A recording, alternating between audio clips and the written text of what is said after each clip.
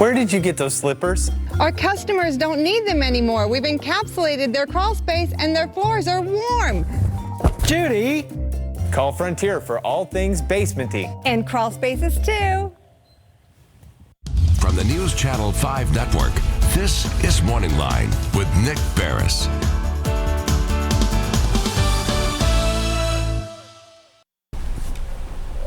Good morning and welcome to MorningLine. I'm Matthew Torres in for Nick Barris today. So we want to hear your thoughts and calls for this topic because I think it's pretty important and something that we really should be discussing even more. Politics, obviously a hot button issue, especially now that we have the impeachment hearings happening, especially later this morning. So what is it exactly that we are talking about? How do we bring back civility into political discussions? Obviously, what we've been experiencing the past few years, not the same from what we experienced a decade ago, 20 years ago. Obviously, with how technology is evolving, the assimilation of news just really has changed throughout the years. And with me is a journalist and author. To my left, we have Holly Korbey, correct? Yes. And she is the author of Building Better Citizens. And I'm bringing this up right now while we still can show it. So it's pretty simple. You see it on your screen right there, just the idea of being civilized when it comes to politics, which, Holly, it seems like that just seems tough nowadays. Yeah, so I mean, the whole reason that I got into researching this topic is because I'm an education journalist and I write about schools. And after the 2016 election, I started hearing from teachers who were very concerned, and they had reached out to me and said, hey, you know, all of those divisive and uncivil behaviors that we're seeing among adults during the election, we're also seeing it among kids at our school, in the parking lot, in class, after school, on Twitter. It's crossing over. Absolutely, and they were very worried, and they said something that I had not been on my radar, and they said, we need to bring back civics. And I feel like just because you are referring to students, this is something adults yeah, absolutely. Go, spend 2 minutes on your Facebook feed and you think, adults need civics too. Right, that's true. If anyone has any questions or comments, thoughts, we want to keep this a civil conversation. Obviously, 615-737+, the number is right there on your screen. So you explained first off how you kind of had the idea of putting together this book.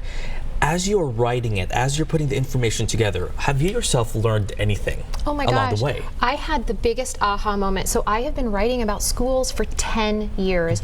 And in my research, I found something I did not know. And that's that civics education was the original mission for starting the American public schools. Wow. So the founders, and Horace Mann, who started the public schools, and the founders of our country were really concerned that if every single American didn't understand how the democratic republic worked, and they didn't understand their role in it, like why they should participate, that we wouldn't be able to sustain our democracy. So that was a huge aha moment for me. So then when I started looking into it, I came to my second aha moment, which was that over the last 50 or 60 years, the central mission of public schools has completely evaporated from schools because schools have a lot of other competing priorities. A lot of schools are really under a lot of pressure to raise reading and math scores, so they focus a lot on reading and math. Especially with how the rate is here in Tennessee. Exactly. And then even in the U.S. with those numbers that were released last week. That's right, the NAEP scores that just came out. Exactly right. Yeah, so there's that, and then there's also been a huge shift to a lot of investment in STEM education. That's the science, technology, engineering, and math, which is wonderful. I mean, there's nothing wrong with that. But what's happened is all of those other priorities have edged out time for social studies, time for history, especially in the lower grades, and civics has, the original mission of public schools has all but disappeared. Wow. Like you said, the pendulum has really swung to the other side. Exactly. To now the point, which for me, personally, I grew up in the arts as well, learning history, language arts, all of that. So, it's sort of sad to see where the direction is going, but I think more so than ever with how politics is going, hopefully people are realizing we need some, we need to go back a little bit. Absolutely. And what I found when I looked into it was that as, civics, time for civics and history kind of declined in school, that anti-democratic behaviors and uncivil behaviors inclined. So there's a definite correlation there between how we educate kids and then how adults, go out in the world and live. All right, so let's talk about with the impeachment hearings. Weeks now, we've had the hearings, the House really pushing forward with this, even writing the next steps in regards to President Donald Trump. Are people just sick of listening? We always discuss, are people just over hearing about anything, even though what could transpire in the next few weeks is a pretty historic moment? Well, one of the things that education can really do is help people understand the importance of something like an impeachment hearing.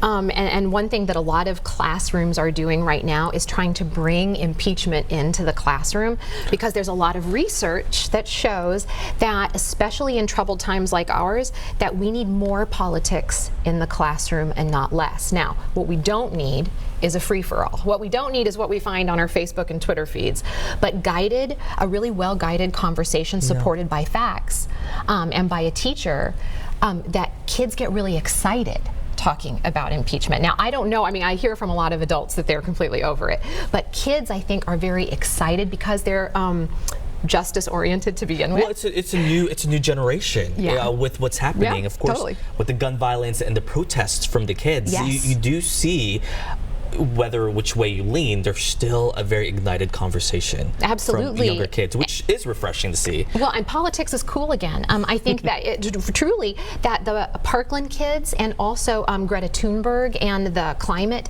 a lot of the activism has inspired a lot of kids to get involved in politics. And I write in the book about several teen activists around the country. So how can a teacher, just the idea of talking about the impeachment hearing, who knows what the parents might say? They may get comfortable with the idea, but it sounds like you said this is the time and appropriate setting, if guided, to have a conversation. How do you even approach something like this? That's such a wonderful question, because teachers are rightfully terrified at this time in our politics to bring things up in the classroom. And so I interviewed two researchers in the book who wrote a book called The Political Classroom. And they did years of research watching the most successful teachers lead these conversations.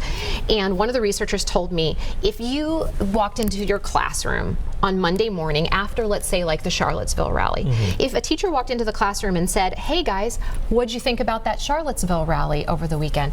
That's a really bad way to start a conversation, because it would become a free-for-all. Kids would be allowed to say things that they may not know to be true. Right, or they just hear it and then they repeat it. But what they found was, when teachers had a really well-guided conversation where they presented kids with facts beforehand, when they're required to read some articles, maybe even from different points of view about the topic, and when they came in and all of their opinions had to be expressed using evidence and facts, that the kids learned a lot from those conversations, and the kids grew up and ended up being more civically engaged. Gosh, I have so many questions, and the conversation is just started. So again, if anyone has questions or comments, please don't hesitate to call 615-737+. If you want to know how you can talk to your children or how you can pass it along, look, the holidays are here. Yes, right. Surely enough, I'm sure politics, I know with my family, that's going to be brought up again. So any questions, comments, make sure to call. We'll have more of Morning Line coming up after the break.